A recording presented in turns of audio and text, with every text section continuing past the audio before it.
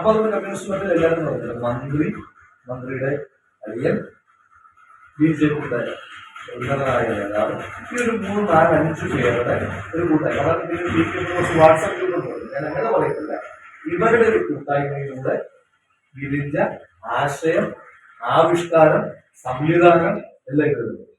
നമ്മള് ചില ആളുകൾ ട്രാപ്പിൽ വീണുപോയതാണ്. ചില മാധ്യമ സ്ഥാപനങ്ങൾ ട്രാപ്പിൽ വീണുപോയത് അതെങ്കിലും വാർത്ത വരുന്നു, ഇത് എയർ ചെയ്യപ്പെടുന്നു.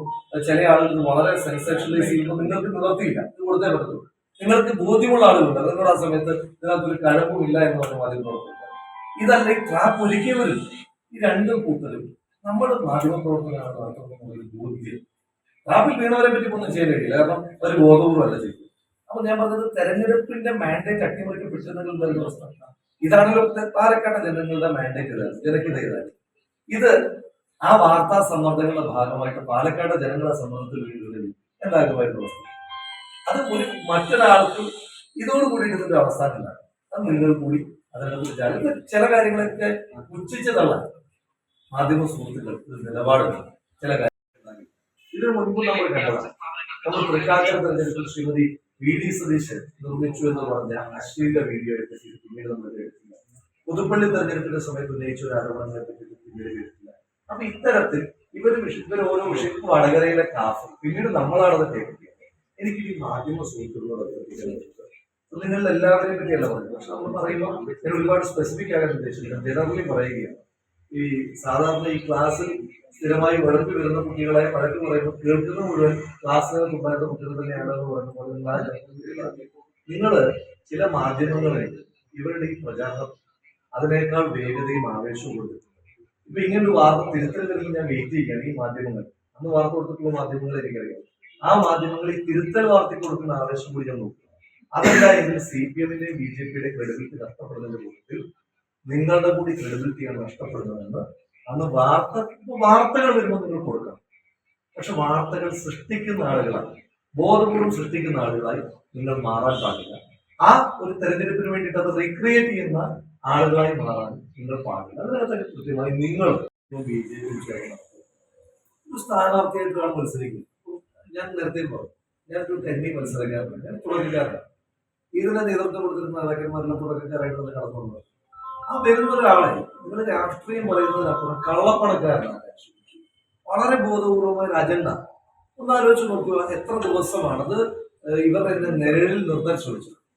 എന്തായിരുന്നു യഥാർത്ഥത്തിൽ ഉദ്ദേശിച്ചത്?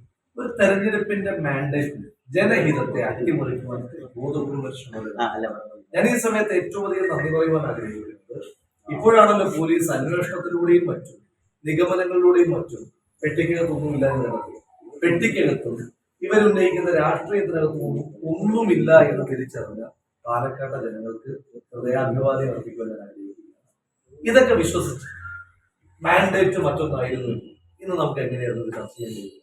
അപ്പൊ അതുകൊണ്ട് ജനങ്ങൾ പ്രബുദ്ധരാണ് എന്നുള്ളൊരു ബോധ്യം, ആ ഒരു ബോധം ഇനിയെങ്കിലും ഈ CPM-ന്റെ BJP-യുടെ നേതാക്കന്മാർക്ക്.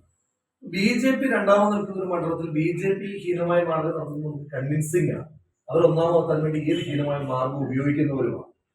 പക്ഷേ BJP രണ്ടാമത് നിൽക്കുന്ന ഒരു മണ്ഡലത്തിൽ BJP ജയിപ്പിക്കുവാൻ CPM-ന്റെ നേതാക്കന്മാർ ഒരു മന്ത്രി, ആ മന്ത്രിയുടെ അടിയന്തരം നടത്തിയിട്ടുള്ള ഈ രാഷ്ട്രീയ നാടകം CPM-ന്റെ സംസ്ഥാന സെക്രട്ടറിയും BJP-യുടെ സംസ്ഥാന പ്രസിഡന്റും ഈ വിഷയവുമായിട്ട് ബന്ധപ്പെട്ട് ഉയർത്തിയ ആരോപണങ്ങളല്ല ജലരേഖയ്ക്ക് പോലും ഇതിനേക്കാൾ തെളിച്ചുണ്ട്. അല്ലെ, കുറച്ചു നേരത്തേക്കെങ്കിലും വെള്ളത്തിൽ വയ്ക്കുന്ന വല അതങ്ങനെ തന്നെ നിൽക്കുള്ളൂ. അത്ര പോലും ആയുസില്ലാത്ത വാദങ്ങളാണ് BJP-യുടെയും CPM-ന്റെയും സംസ്ഥാന സെക്രട്ടറിയും അധ്യക്ഷനും പറയുന്നത് എന്ന് പറയുമ്പോൾ അവര് പറയുന്ന രാഷ്ട്രീയത്തെ പറ്റി അവരുടെ വിലയിരുത്തണം. എന്തായാലും ഇത് ഞങ്ങൾ അങ്ങനെ വിടാൻ ഉദ്ദേശിക്കുന്നില്ല. പെട്ടി അവര് മടക്കുമ്പോൾ മടക്കാനിരിക്കുകയല്ലോ.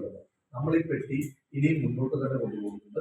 ഈ വിഷയത്തിനകത്ത് അന്ന് രാത്രിയിൽ ശ്രീമതി ഷാനിമോൾ ഉസ്മാനെയും ശ്രീമതി ബിന്ദു കൃഷ്ണയെയും മുറിക്കകത്തേക്ക് ഇടിച്ചു കയറി യൂണിഫോം ഇല്ലാത്ത പോലീസ് ഉദ്യോഗസ്ഥർ നടത്തുന്ന നിവാസം ഒരു സ്ഥാനാർത്ഥി എന്ന നിലയിൽ, ഒരു വ്യക്തി എന്ന നിലയിൽ, ഒരു പൊതുപ്രവർത്തക എന്ന നിലയിൽ എന്നെ ആക്ഷേപിക്കുവാൻ വേണ്ടിയിട്ട് നടത്തിയിട്ടുള്ള ശ്രമങ്ങൾ ഇതിനെല്ലാം CPM നിയമപരമായി കൂടി BJP നിയമപരമായി കൂടി മറുപടി